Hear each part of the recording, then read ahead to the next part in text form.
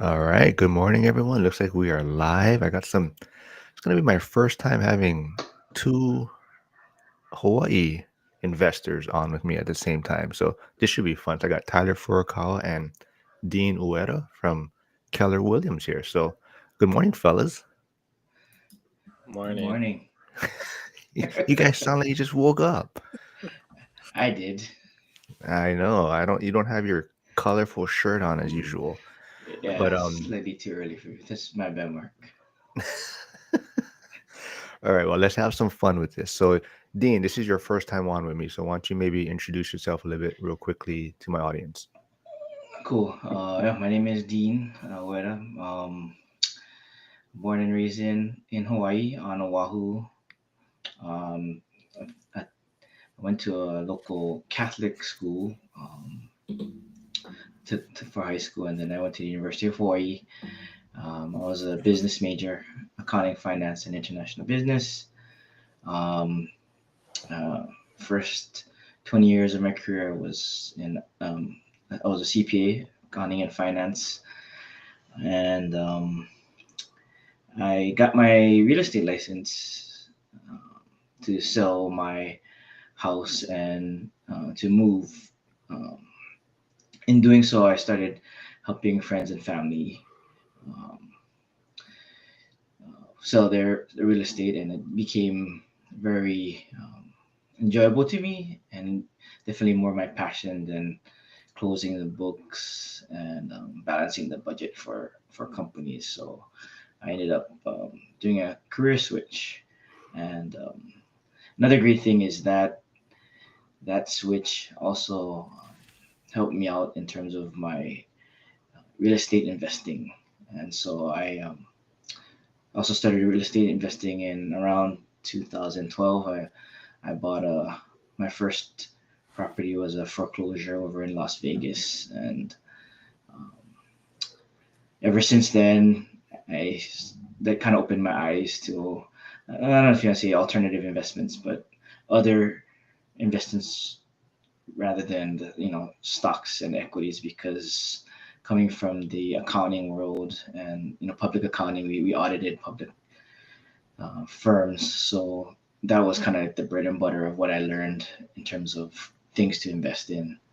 So yeah, I started 2012 my first uh, real estate investment, and then I started getting into other alternative investments. I don't know if that's too far, but that started my investing journey, I guess. Yeah.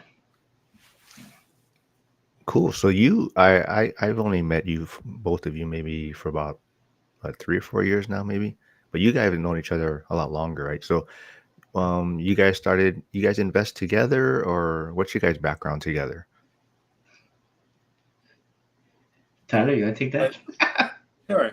I met Dean through another local investor here and through some meetups and networking there. And that was really my first introduction to um, kind of meetups and sharing about what we're doing. This was back in, I'm 6 years ago now, or almost 6.5 years ago. And that's how I met Dean. And it was just refreshing to meet people kind of like-minded, um, just to reinforce kind of the things that I was hearing on podcasts or from blogs or from people that I didn't really know if they were real or not. So that's how I met Dean. And it was a really small, intimate group of us that, we all did different things. But to answer your question, we haven't invested together per se. We've gone into a few of the same deals, but I think Dean's path was a little bit different than my path, and um, also I think we have different house. So like my spouse was very willing to just let me do whatever's. I think Dean comes from a more conservative background and a little bit more checks and balances, which may have been beneficial in the recent years. But so yeah, we've always kept in touch, and um, that relationship has just built over the years. Cool. Yeah, I think the group that we're a part of is super helpful. We can always bounce ideas off of. So I think that's the one thing, we always talk about is kind of the community that you're in and being able to help each other. But the one thing, like Dean, I always get people commenting is that I don't talk enough about like Hawaii real estate. Even though I'm here, I'm an agent here. I don't talk a lot about the Hawaii real estate market. So you are, one of the top agents in Hawaii. So, like, why don't you give a little like what brokerage you're with, and what are you seeing in the Hawaii real estate market right now? Cool, cool. Okay, well, I'm with Keller Williams Honolulu. Been with them from the beginning on 2016 when I got my license. Um, Part of the reason why I selected this brokerage is because um, they're actually more well known on the mainland and more established on the mainland. Like, they started off in Texas rather than Hawaii. I think they've been in Hawaii for like 10 years, maybe 10 or more years. So a lot um, shorter than some of the local mainstays that a lot of us here in Hawaii have heard about. But part of the reason I went with them is because my real estate journey has taken me to probably like 9 different states now in terms of buy and hold real estate. I think that just facilitated that. But anyway, getting off topic, the real estate market now, in terms of, I've been looking at it the last 3 years, 2022, 2023, 2024, recently, just because I've been looking at my past production and just kind of using that as a benchmark of as I plan for 2025. So for me personally, my volume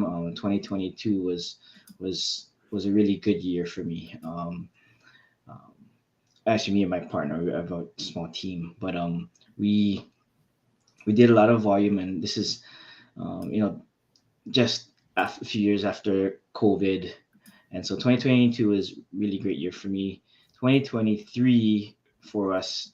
Um, Everything kind of not came to a halt, but we did less than 50% of 2022, and a lot of it because of the interest rate, right?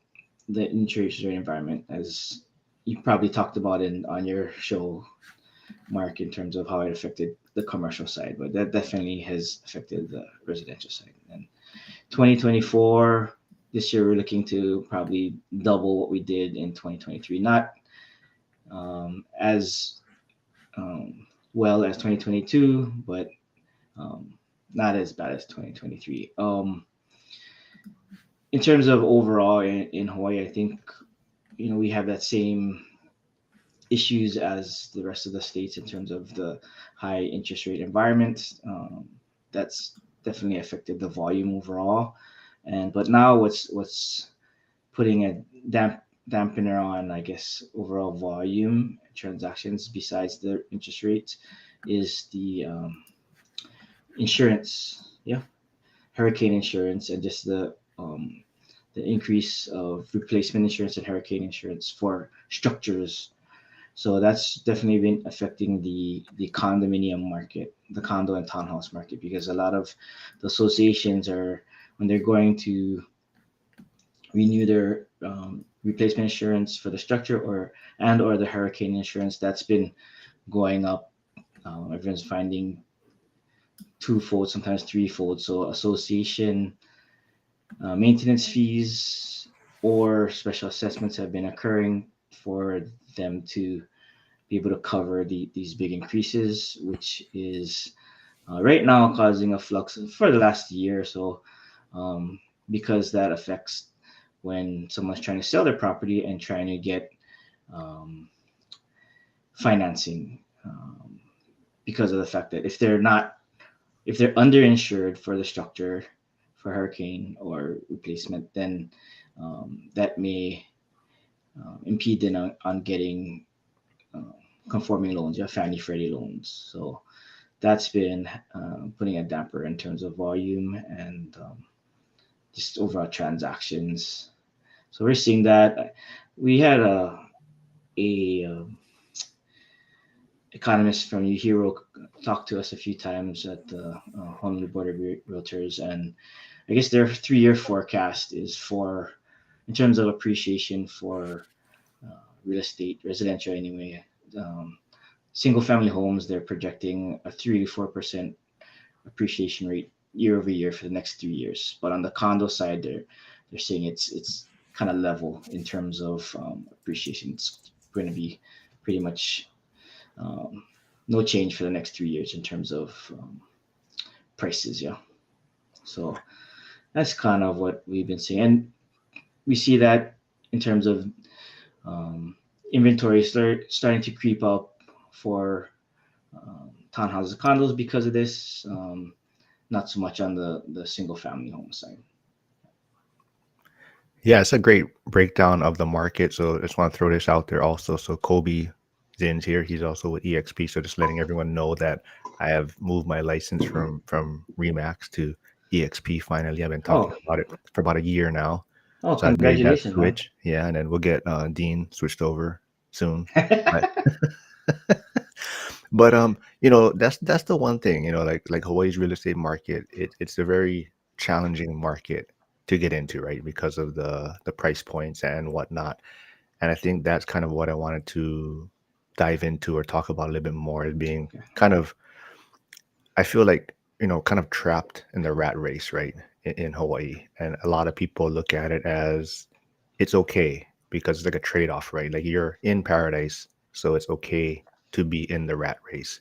So what's your guys' thoughts about that? Like, do you see like um, your upbringing, I guess, as that the mindset that you were kind of brought up on? Like, it's okay, we're in Hawaii, so it is expensive, but we're in paradise. I'll share. As far as my perspective, I grew up in Hilo, so it's slightly more affordable on the Big Island. The prices have increased, but the concept of you know we live in paradise, or yeah, it's the cost of living in paradise.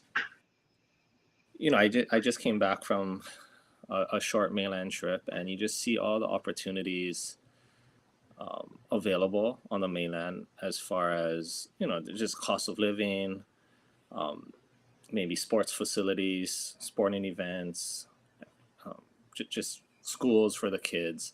Seems like there's a lot more opportunity there.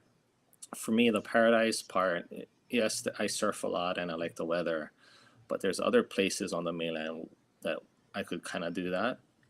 It's more the family and the generational, my friends, my family, the community here that really keeps me here. But it is very expensive, and I think that it's come to just be a part of life that's saying that, hey, to stay here, it costs a lot. And unfortunately, I think we're seeing a lot of people move out. Right, my sister, they moved to um, Las Vegas, uh, mainly for the availability for flag football for my nieces. They're big into that, and it was available there. But the bigger reason was because of financially as well. They have 3 kids. It was very difficult to sustain and provide the same opportunities here in Hawaii than in some place like Las Vegas. Yeah. Yeah, before you maybe reply a little bit, Dean, I want to say what's up to Frank, old guy REI, for stopping by. So he's also, he's in California, so he's also in an expensive market, but he's investing in multiple out of state markets to kind of, like you talked about, Tyler, taking advantage of opportunities that are elsewhere, right? Mhm. So like Dean, I think like for me, that's one of the challenges of being an agent in Hawaii, where I feel like, like Tyler touched on, right? There's so much opportunities elsewhere that if you're not doing other things investing wise, you're going to get caught up in the rat race. So like, how do you help your clients kind of maybe get their foot in the door in the market, or maybe start thinking about how to increase their wealth? That's a good question. I think, well, eh, Mark, you and I, we have great backgrounds to assist in that, especially because I know we both invest out of state, so I think bringing that knowledge and experience and throwing it out there to potential clients or potential investors, or people who are thinking about buying either investment or even their first home purchase, right? And it's not say, okay, oh, we want to buy our first place and this is what we can afford. The mindset needs to maybe shift to, okay, well, what's our goals 10 years from now, 20? What's our end game? And then as we back into it, we now come to our first purchase now, what we want to buy. So maybe um, in talking to our clients, right, maybe you don't want to buy that two bedroom, two bath condo in Kaka'ako when I could get by with a one bedroom, one bath in YPO, because if I do want to upgrade in 5 years because I'm gonna grow my family, I won't have as much equity trapped in there, and then I can keep this property as a legacy property and upgrade to the new one and keep the old one. Or, depending again what their end game is, at least mention or expose to them the opportunities outside of the state. I often do that to potential clients or current clients, and a lot of times, um, not to say they shrug me off, but talking about out of state investing, it's kind of more of a long shot, and unless they're already doing it, then a lot of times you're like, ah, no, my first investment, I want to be on Oahu because I want to be able to see it and touch it. And a lot of times if it's an investor they might be moving their equity from their stock portfolio, and they're trying to do this, and so now they want something different, like something again tangible, right? So it always is hard because it depends on what the clients need, and so it's just trying to apply our experience and at least offering these types of alternatives to them, even if buying out of state may or may not mean we get a commission, but that doesn't matter because we're helping them in the long game, right? I'm sure you think of that too, where it's like it's a long-term relationship, yeah. Yeah, So absolutely. Yeah, like even like you're saying, like even if you were to buy something in Hawaii, and that's the only asset that you held, I mean, chances are you're still going to do fairly well, over the 30-year time frame. So it's still a yeah, good investment. It's just like you're saying, you're putting it out there to your clients or potential clients that there is some options that you can also do to speed the process up. yeah, And Tyler is kind of taking advantage of that with the Hawaii real estate market where he has properties here, but you're also like house hacking right here, Tyler. Yeah, definitely. I think there's investment opportunities here in Hawaii. Maybe you just have to be a little bit more creative. The way I've done it historically is the house hacking method, or finding properties that allow, kind of splitting it up, or doing a ADU or CPR in it. But that historically, I think, will always work here in Hawaii. I think what Dean mentioned, the projection of single family rental appreciation, that 3 to 4%, I think that's pretty historically what we've seen over the years. It's slow and steady, kind of consistent. Hawaii didn't see a lot of those downward the drops, 50, 60, 70% in value, um, like in 2008, 2009 timeframe. It really kind of went sideways from what, like, I bought a property right at 2008, and it just literally just kind of went sideways instead of going down, and over time it'll appreciate. I think the challenge is if, say, a lot of people want to buy their primary resident, which I would technically not consider an investment, um, but that's a big expense, and it takes up your investment capital, right? If you're just kind of starting off, you're buying that large primary resident, which, I think Dean, you can correct me, or Mark, if I think it's like over $1 million, right? The median single family home in Hawaii. So people are taking all other capital to buy that house, which then leaves very little for growth or investing. And yes, our house, our primary resident, or the properties here will appreciate. The challenge then also is just tapping into that the equity growth. So you don't have as much maybe flexibility. You can do it through a HELOC, but it just requires you to have to you're not in full control of that growth in equity. And then, Mark, what you mentioned over time, that's how I felt I built my wealth. I was lucky in the timing that I did invest in Hawaii real estate. It's not as attractive as far as the numbers wise when comparing it to the mainland or other opportunities. However, when I look back like over the 10, 15 years of holding that property, um, that return was very nice. It just took a while. So I would say it's more slow and steady. Um, and then it matters what stage you are in your investment journey. So um, it's kind of interesting because I started off doing a lot of single families here in Hawaii, went away from that, and then now kind of looking back at having hard assets here in Hawaii just because of the stability. For me, I can see and touch it.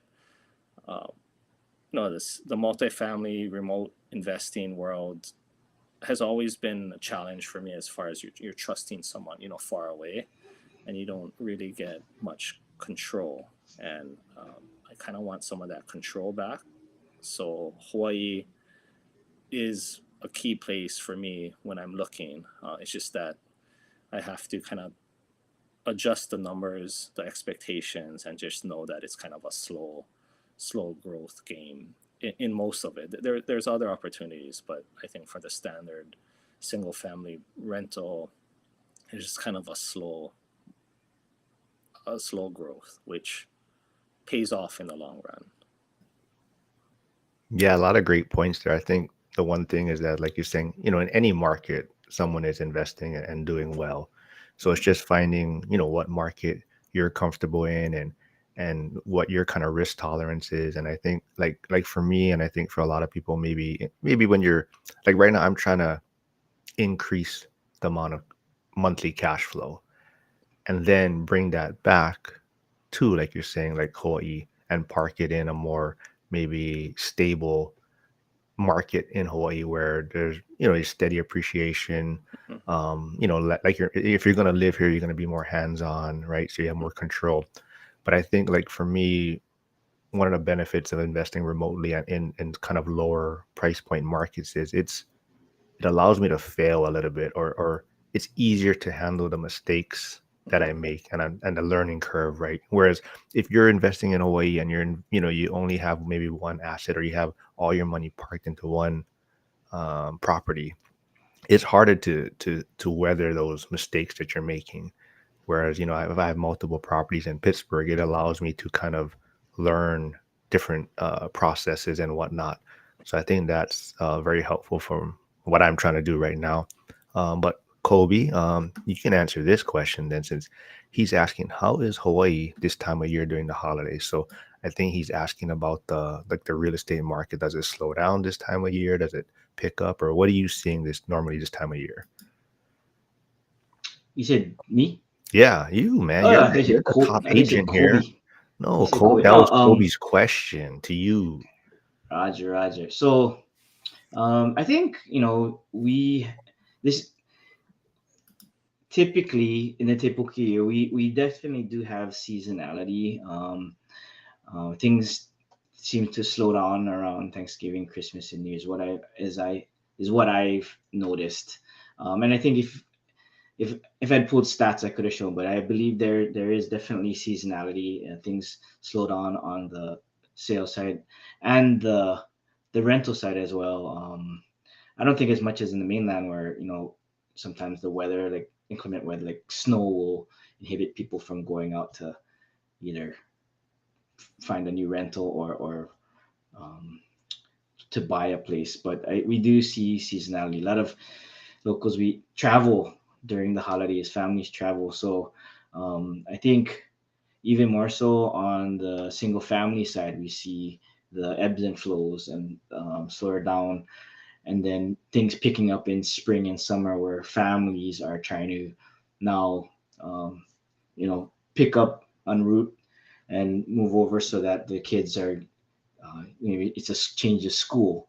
So, right, so that's going to be during the summertime. So we see more single family activity during the spring and summer times.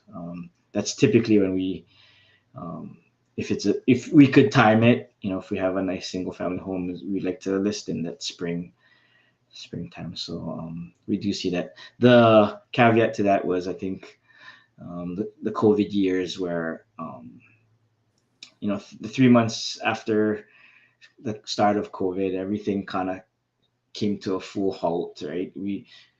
Realtors were not considered essential, and you couldn't have open houses, yada yada yada yada. But after things, everyone started to figure things out.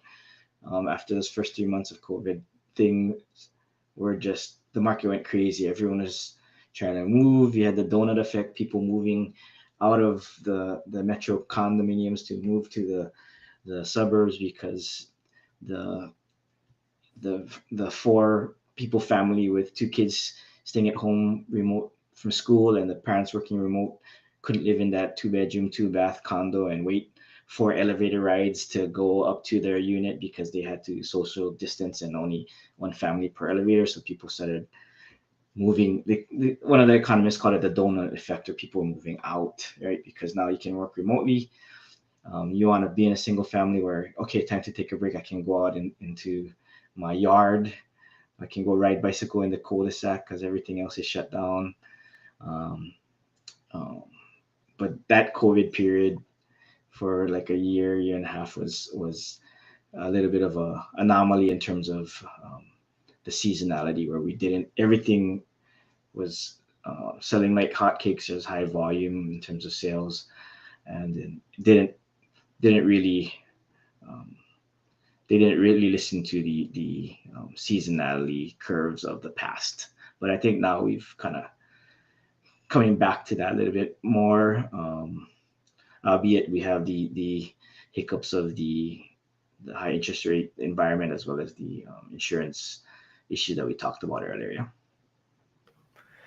Yeah, so we got Hugo from Stay Winning Podcast stopping by. A lot of people noticed that we're doing a vertical stream right now. So Hugo has a awesome YouTube channel, but he's mentioned that YouTube is trying something different with vertical streaming. So they're trying to I don't know if keep up or match TikTok is the right way to put it, but they're doing vertical streaming. So I'm just testing it out to see how it works today. And apparently Joe V popped in and said he doesn't like it. So he's saying fix it, but we can't change it once we've started. So, but Joe's in Wisconsin, so he's a cool guy. So he's looking to get into the real estate market also. Let's see, what else was I gonna say? Oh, Tyler, I mean Dean, there was one thing about you talked about the donut effect and whatnot. Mm, mm. Um, do you, because we talk about it quite a bit in some other groups I'm in, as far as work from home, right? So work from home is impacting like the median home values, where people with higher incomes are able to go outside, like you think suburban areas where maybe these markets were lower price point before, but now that they're able to take their higher W-2 paying job, but they're working remotely now, and like you're saying, they want more space, more maybe yard, and they're buying maybe a home outside the business area per se, but now they're bringing up the prices in those markets. So I think Hawaii is very unique, where we have more investor or foreign money coming into our market as far as real estate. So do you see that always driving up the prices also, like having these different sources of money coming into Hawaii? Well, that was one of the big things, right, during COVID, maybe 6 months after the start again, where I think there's a big headlines where it's like Californians moving to Hawaii and buying up the real estate. So and people were, and no offense against people out of state are from California, but that's in my mind, that's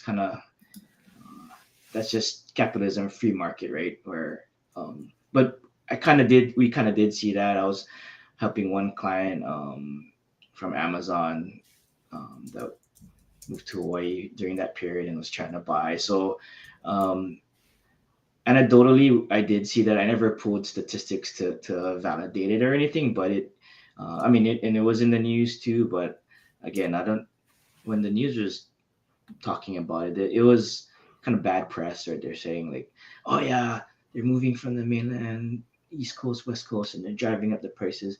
And yeah, there may have been truth to that because, um, uh, you know, realistically, if someone who was had to report 5 days a week to their office now can work remotely for a definite amount of time, um, I think it's only natural to think of various options in terms of where we're gonna put our where do you want to raise your family? Like Tyler had mentioned, um, the cost of living versus where he chooses to raise his family, right? And making a decision. So um, people would naturally look for other places. So I think there was some truth to it from that standpoint. I mean, to this day, I do have one client who um, were we just closed and they're moving from Seattle and they want to um, raise their kids here. So um, and they're going to do that. So there is this is legitimate. If does that answer the question? Yeah, I think Kobe was asking a question about seeing a lot of people move from California here. I think, I was selling some of my real estate, my Hawaii holdings 2021, 2022 time frame. And from what I saw there, we knew a lot of people from the Bay Area, especially, selling there, using the proceeds and wanting to move to Hawaii. Some of them had Hawaii ties, like one of the spouses normally would have, or one of the people would have been have some original ties to Hawaii, and they were just using it as opportunity to move back. And as Dean and Mark were mentioning, the remote working made it a lot easier, where companies were allowing people to work remotely, and that's their original job was in California. Now they can do it in Hawaii, um, and then also the weather aspect. So there's some people in other areas where it's cold, and they said, well, why not just move to Hawaii and I can work in Hawaii remotely. I think some of those companies are maybe modifying that remote work agreements, and there's some challenges. So I don't know if you guys are seeing exits, but I did want to also talk about um, the ebbs and flows throughout the year on the real estate. I would say when I was looking at properties as an investor, I liked like the holiday time frame. So like from November on, it did seem a lot slower. So I was able to felt like I had more access to a lot of the properties I was looking at. The timing would also often work out because for me, I was looking at places that needed a little work. So I'm closing it December, January timeframe, getting it ready for that spring boost up as far as interest, um, as far as for tenants, and then when families are more definitely willing to move. So um, kind of timing it with that demand for families moving.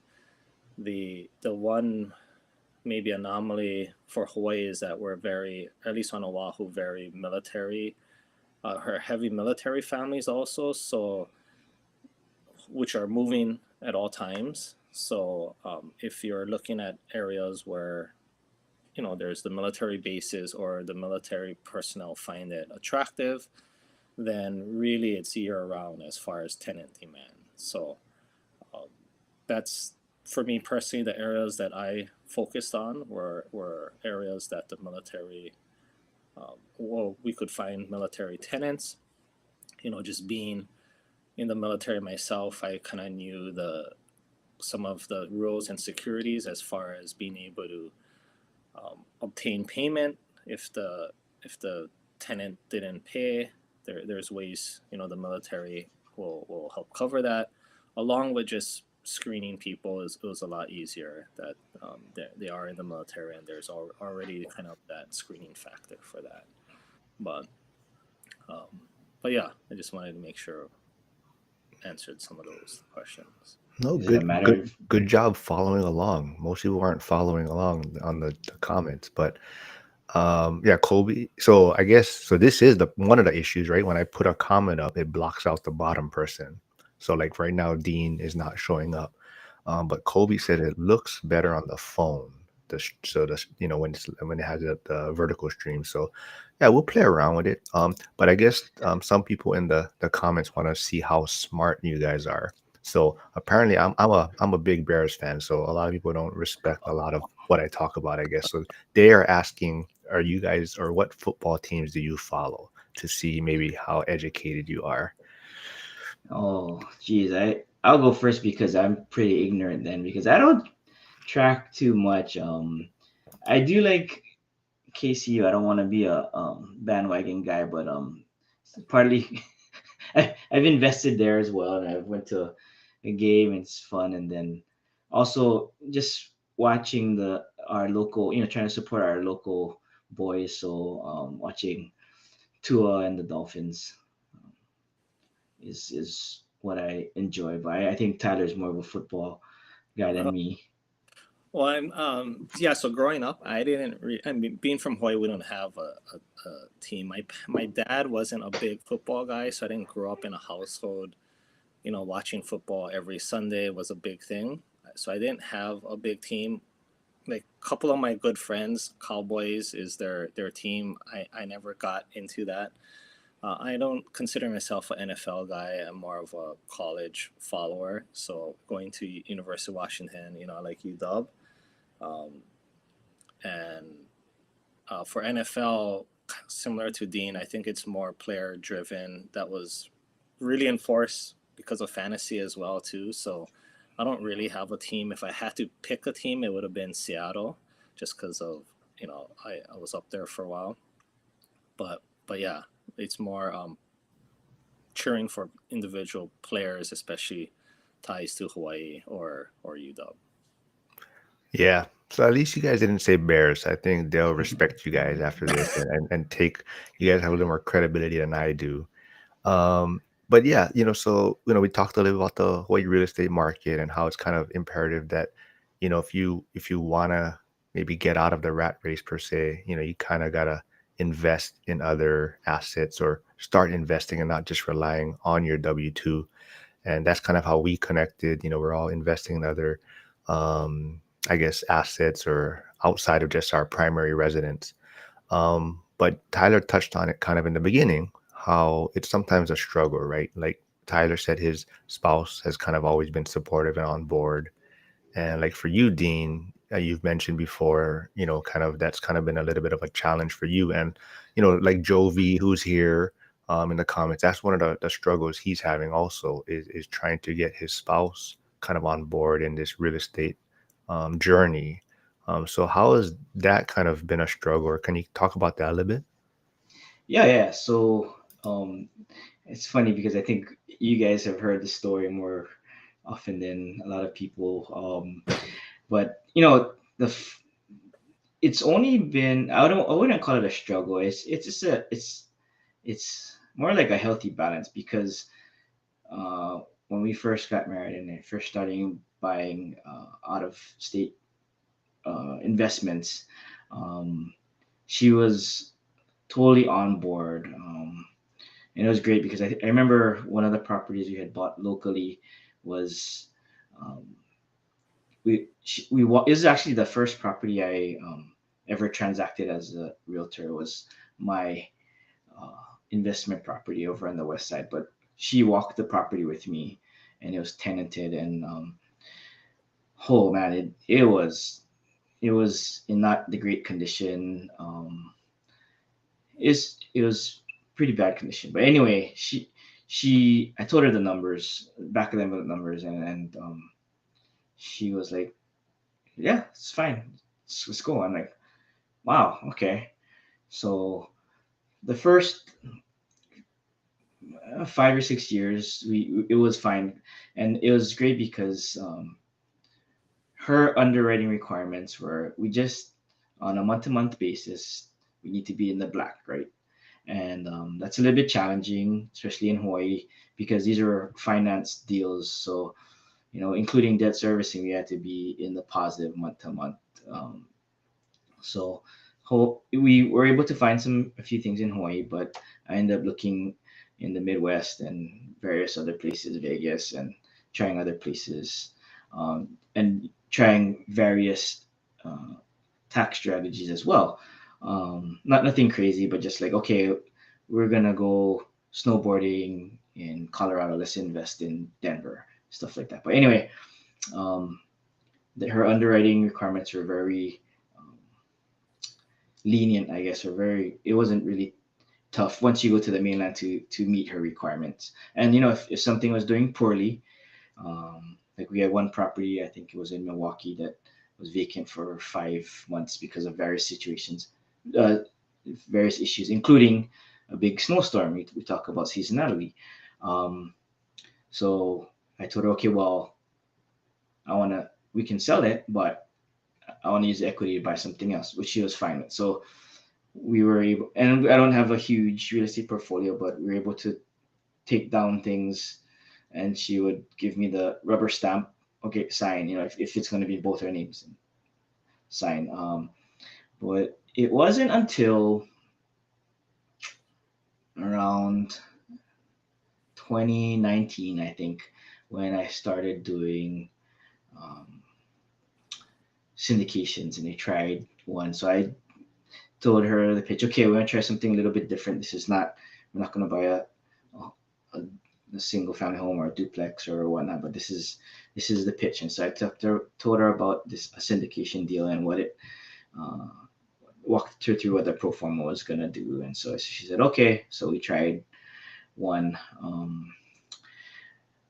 And what happened with that one was the forecast was it was supposed to give out monthly distributions.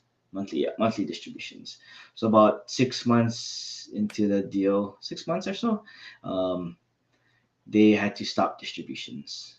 And so I told her, okay, we because of for these reasons they're stopping distributions. And she was like, what? What happened to what you told me? And so I said, well, these things happen, so now they have to stop distributions. And she's like, okay, so that was that. But when I told her, okay, let's do another syndication, it's another deal. She's like, no, no, no, no, wait. The last one you told me you're supposed to do this, and it didn't do this.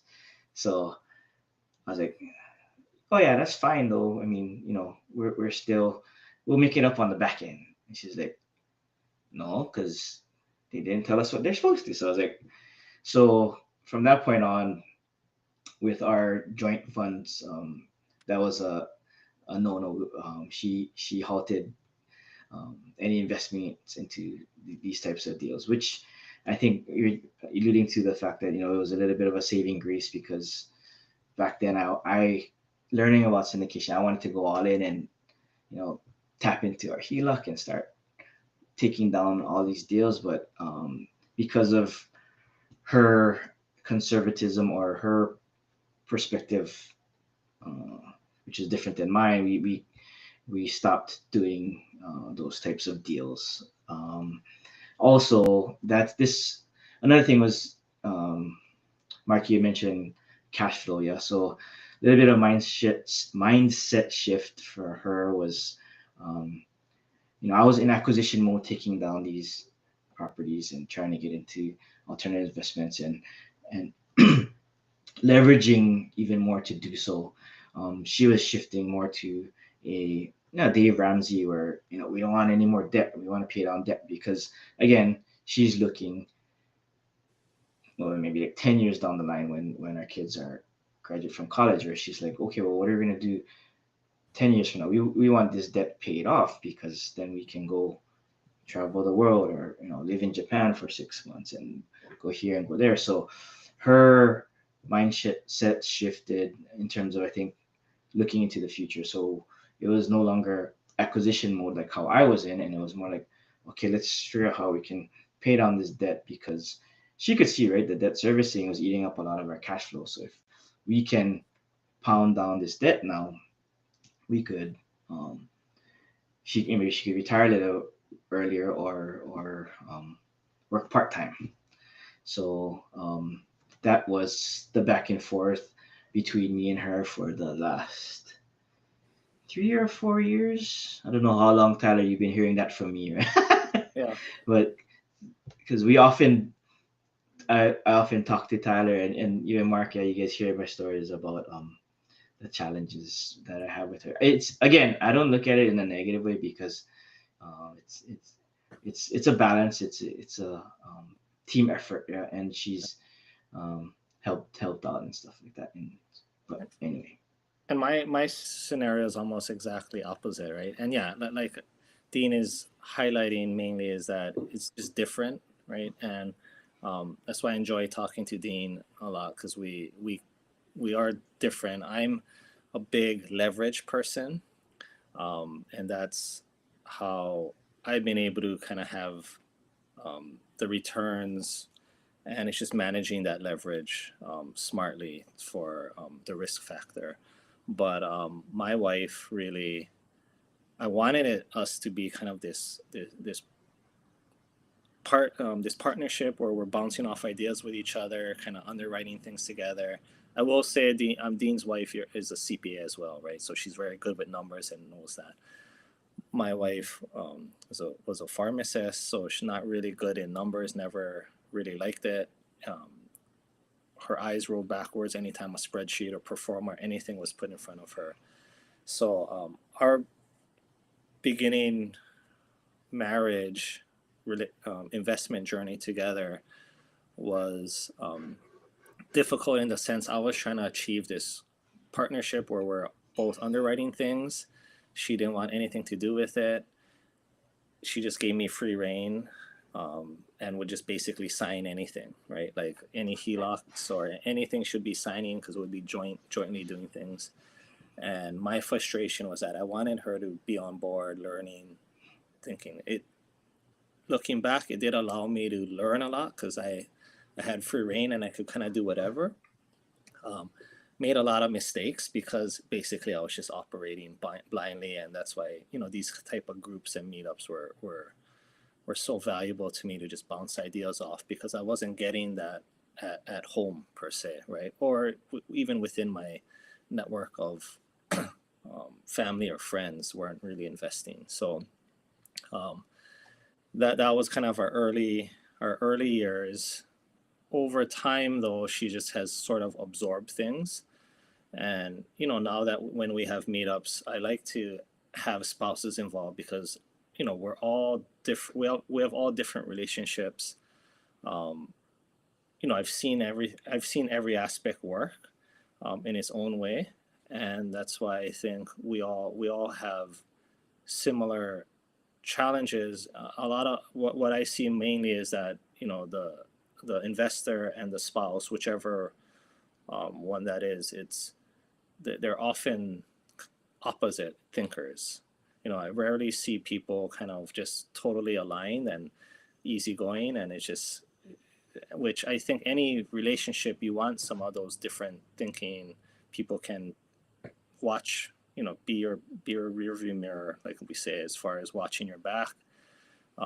Bring up things that you may not see, and then so if you treat it like that's a hindrance, that has that negative connotation, versus kind of a positive mindset that, hey, you're actually trying to help, because in any relationship usually we want the best, right?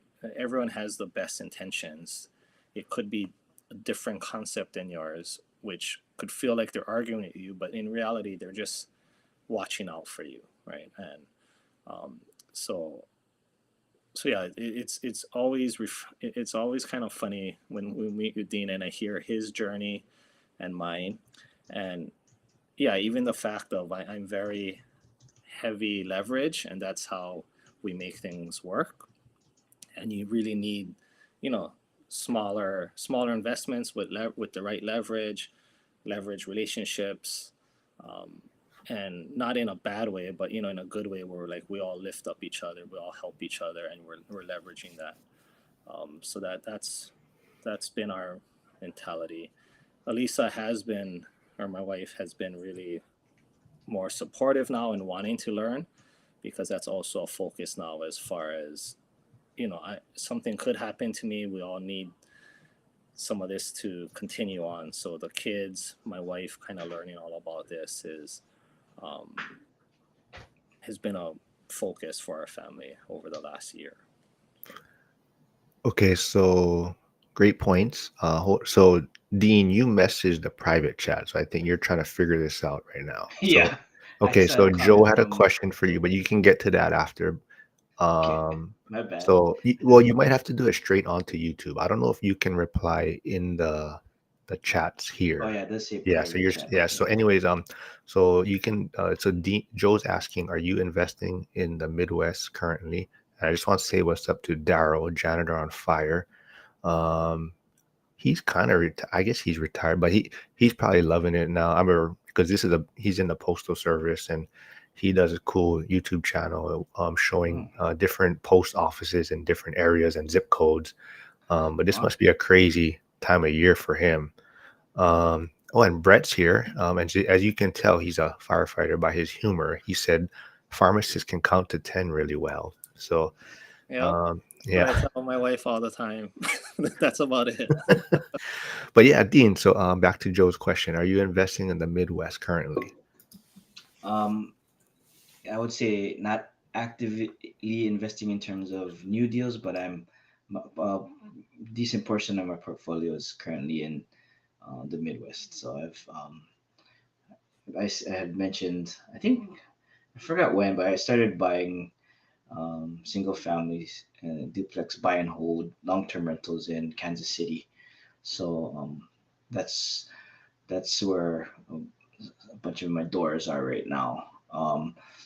Investing, meaning I say I'm invested, not investing, is kind of goes back to the fact that how I mentioned we're not really in acquisition mode now, trying to get new um, leverage anymore. It's more just managing what we currently have. And actually, what I'm doing now is looking at the balance sheet and trying to figure out how I want to make it more efficient. Mark, you mentioned cash flow too. So um, the challenge I've been having is trying not to be emotional about properties and um, just if it doesn't make sense, then financially if it's not performing as expected, divesting and looking into alternative alternative investments, and in doing so, um, keeping in mind some tax strategy, right? If we do have all these gains, how am I going to um, defer the taxes if that makes the most sense? So, I mean, sorry, just to answer Joe's question. Yeah, yes, I am invested in the Midwest. All right, cool. And then I'm not sure what the best way to connect with you if anyone wants to know more about the Hawaii real estate market, but I put your Instagram link Cool. in the profile. So I don't know if that's the best way. And then like I'm Tyler, an old guy, so I have Facebook, but yeah, Instagram is good. and just look for a guy with super cool like shirts on. So go look for his profile or his page. He has these super cool shirts that I remember from my Bright, childhood. Yeah, very bright. bright. Yeah. Yeah, yeah. Um, but then Did you say from your childhood? no, yeah, that's what all the old Oh yeah, like our grandparents were yeah, Nigerians, right? grandparents. Okay. Yeah. I thought Um you were saying you knew me in your childhood. I was like, bruh, you're not that old, man.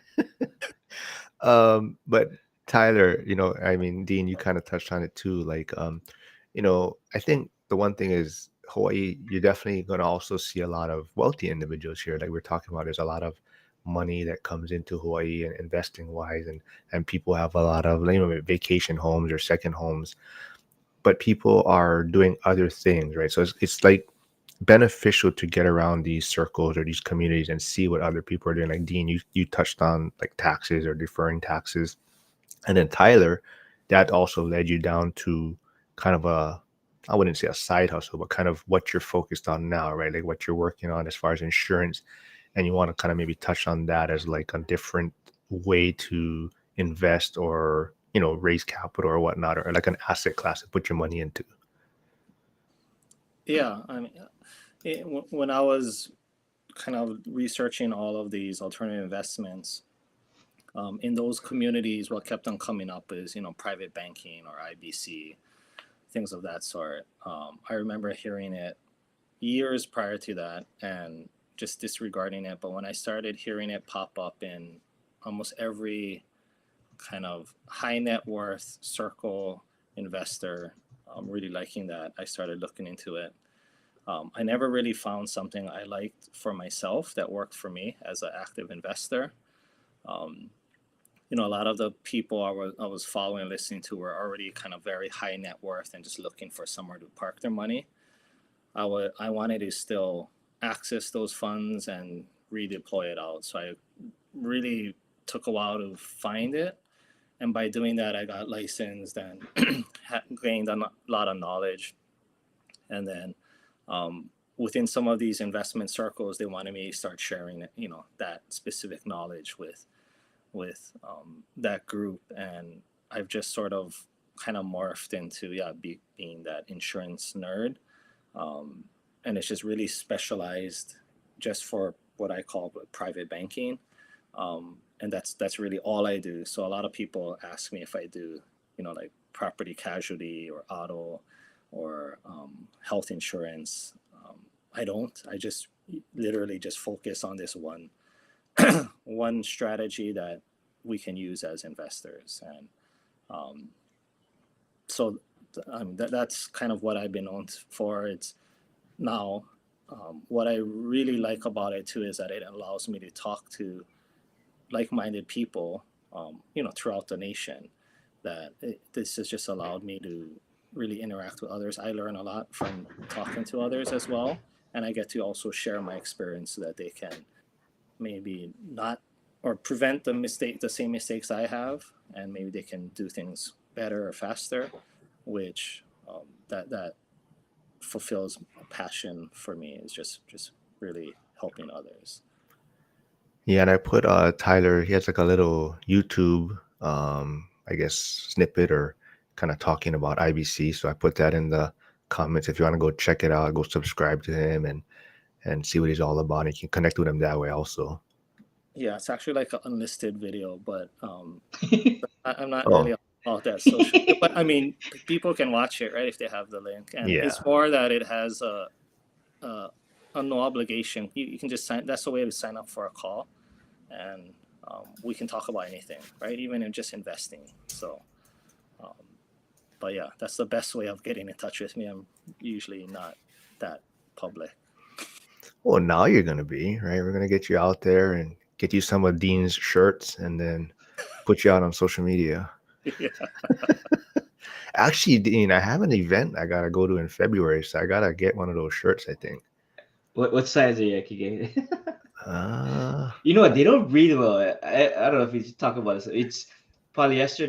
They stopped making in the 80s, and there's so much better material these days that's why they stopped selling it. Like they don't even have the sewing machines to sew it, and it's a skill. But it doesn't like yeah. I yeah. know you're all buff, so if you like go like that, you're gonna like Incredible Okay, Hulk that wait, can wait. just So where do you split one get of it them. now then? So where do you get them now?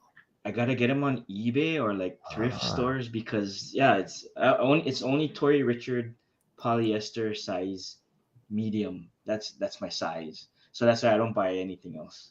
And it's polyester, so you don't have to iron them. You wash them and just hang it up, and it's like the Ren Spooner. Anyway, getting off on a tangent. You guys don't want to hear this story. no, we talk about anything at this point. So usually we kind of go like we start on a couple main topics, and at the end it's just whatever the audience kind of audience driven. So Uh, One thing I want to put out there too is like Tyler. I think you have various streams of income too, right? That's what I always appreciated about Tyler. He's kind of um, his mindset is really cool from the standpoint of he mentioned appreciating me. I appreciate him in terms of his um, how he's thinking and out of box. Totally not like a engineer, He's W2 engineer. He's thinking of various way, even helping me in terms of how to approach my wife, even indirectly from the standpoint of when we talk story, and I'm seeing how he's got his family office set up, and I kind of getting an idea of the structure. And I'll actually mention, even though the best would be if my wife would come out and see everybody and see what's going on, I'll give my wife snippets of what seems like Tyler's doing, and she she kind of no she kind of gets it, and she sees it. It's just a matter of getting her to buy in, because a lot of it is like, well, if we do that, then it's kind of an administrative burden, blah blah blah. But then, we talk about, if we do certain strategies and it'll compound, and how that'll affect our children. And I can see Tyler's vision, and it's just trying to get um, her to kind of see what other visionaries are doing out there, whether it be for tax strategies or investing or just overall life. Yeah, because I think, Mark, as you probably know, when we see Tyler, how they're living, they're very, um, I like their holistic mindset in terms of instilling um, these investment strategies as life lessons for his family and his two children. That's super inspiring to me. So, gotta thank Tyler for opening up my mind for that. Oh, Frank, old guy REI, is asking if those shirts come in 2X because he's a big dude. But I told I'm him, sure they do.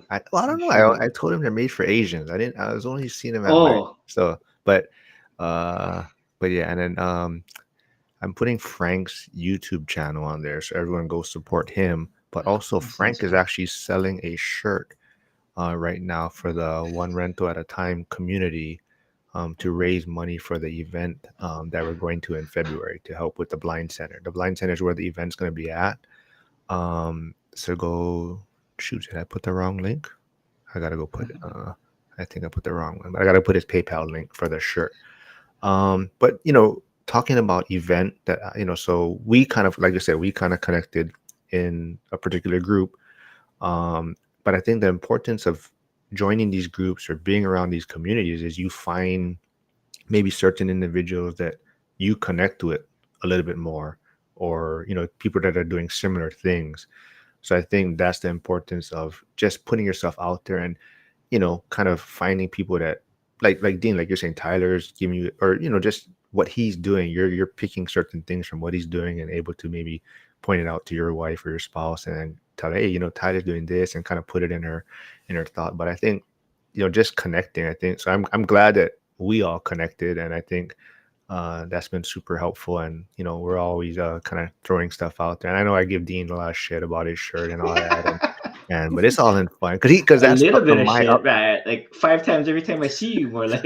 well, that's from my upbringing. I mean, that I totally that's, like I said, the older, like my grandparents and the uncles, they all had those shirts on, and it was just, and now I see it, and it's like you don't see people wearing that.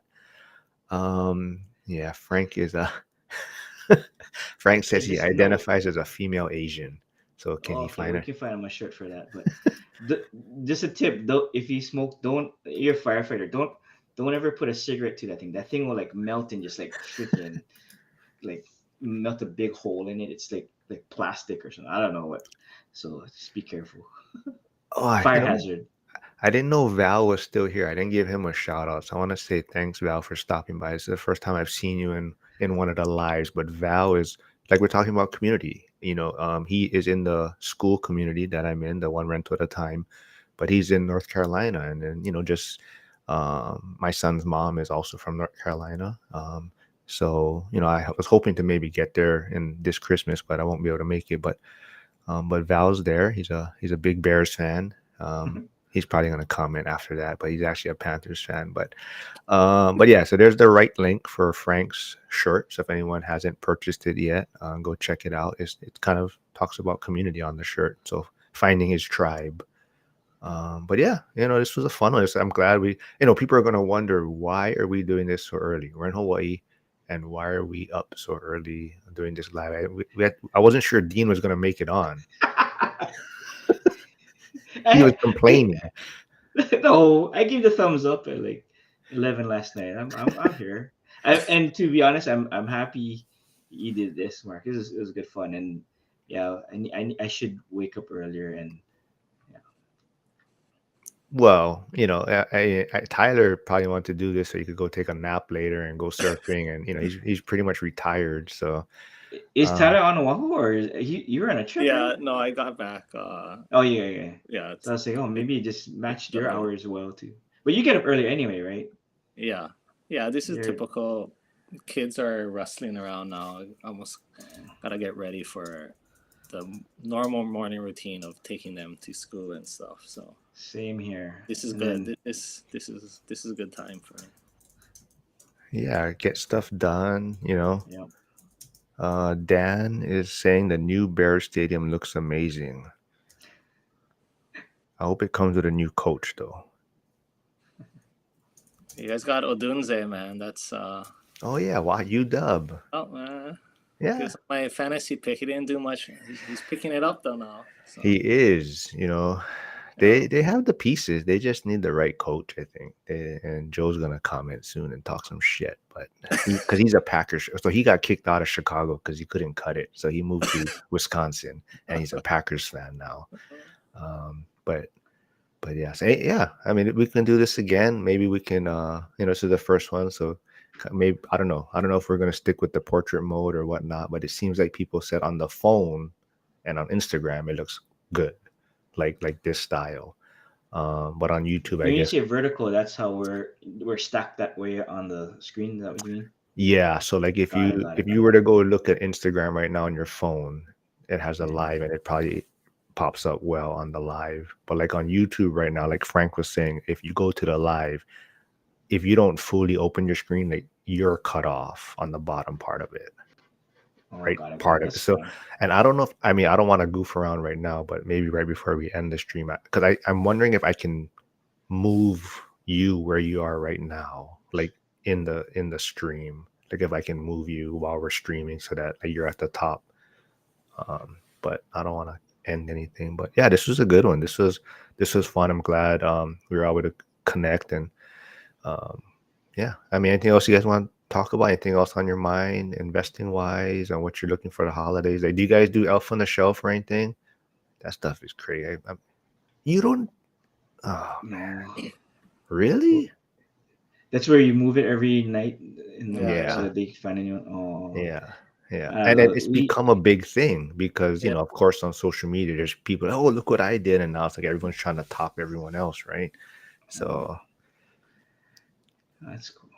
I'm barely on social media, so I don't get that influence. But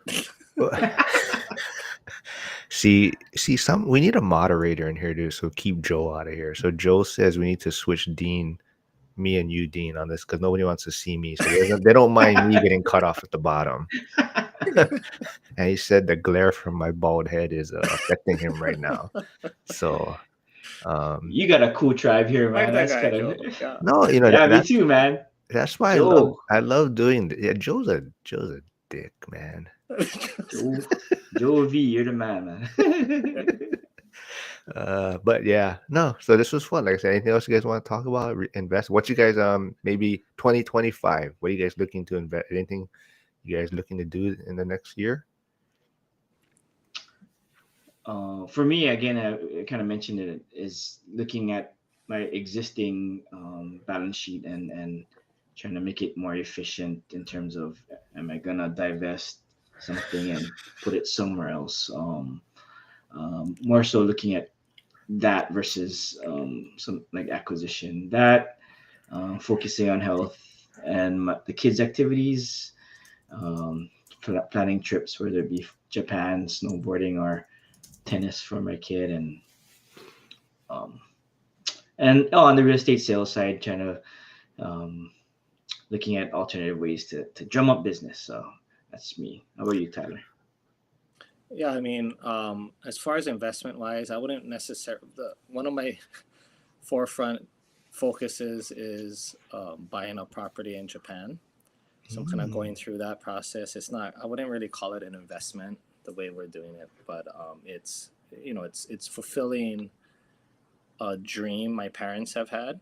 So it's really helping them, and um, but it is allowing me to learn about the Japan real estate a little bit and kind of looking into that.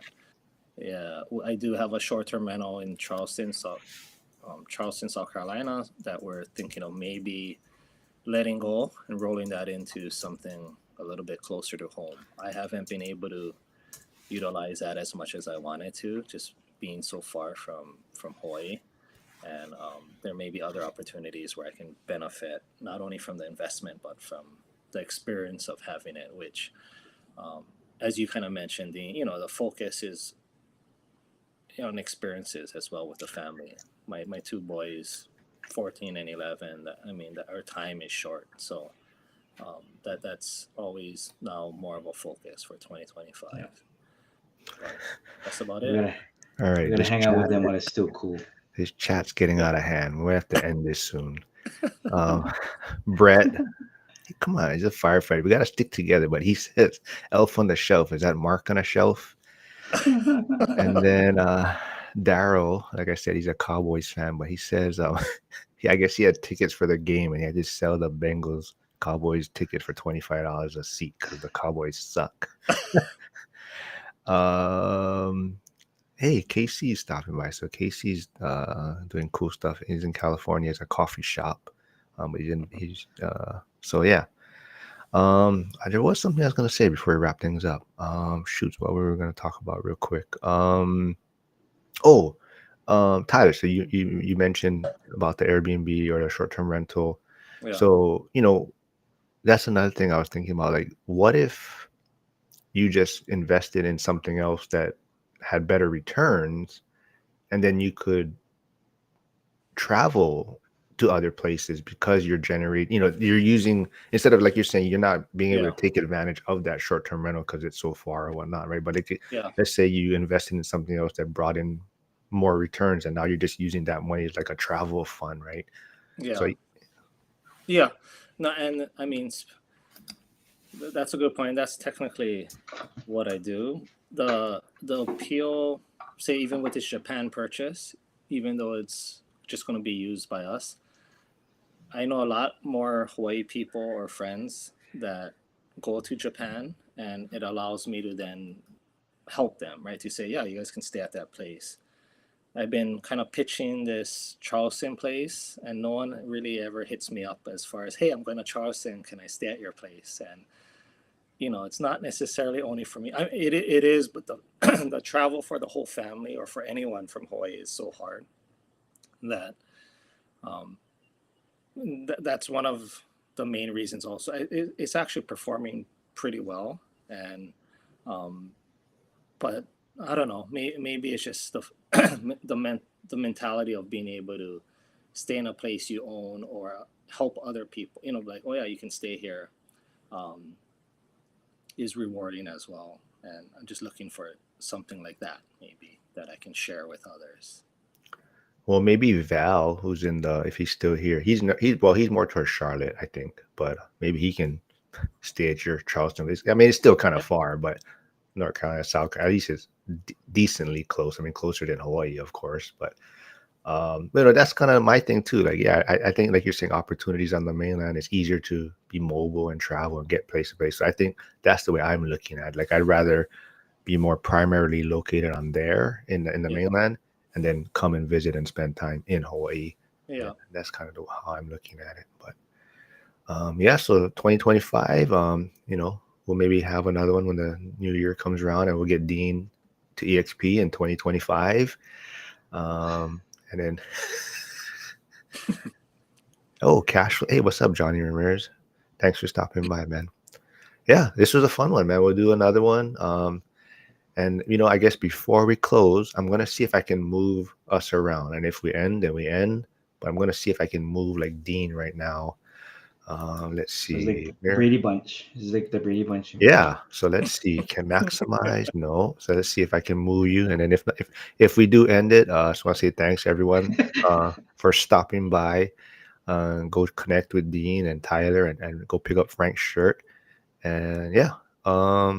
Hey, the Hawaii Firefighters Union stopped by. So great job, guys. So Thanks for stopping by, everyone. So Instagram looks like he's running well. So let me move things around and see how it goes. And if not, thanks for doing this, guys. Thanks for having us, man. Yeah. Let's see. Oh, Hey, it worked. I think. Let's see. Let's see on the live stream. Did it change though? So we are moved on my screen. oh. On the live stream I'm watching right now, it hasn't changed. So I'm not sure how far behind it is. What about horizontal? You can't get us horizontal. Mm, It's probably so you can view there. us on Oh, the phone, right? yeah. Okay, so it has changed. So I'm looking at the stream now on YouTube, and it has. Yep, it flipped. So it does work. So now I know that maybe if I'm gonna put a comment on, if it's for like I can move things around. So that's good to know. Um, yeah, Dean moves. So yeah, Joe, you got your wish. You can. The glare is not gonna be blinding. But cool. Yeah, this was fun, guys. And yeah. Yeah, so like I said, YouTube is trying to push this vertical streaming, I believe, because Probably of for your phones, right? You yeah, yeah, because of more people TikTok and watching phones. stuff. Yeah, yeah, Brett, I'm on the bottom. But all right, everyone, thanks for doing this, and have a great weekend, everyone. All Hey, right. you guys can Yes. stick around after we I end it. Okay. Okay, Oh, thanks.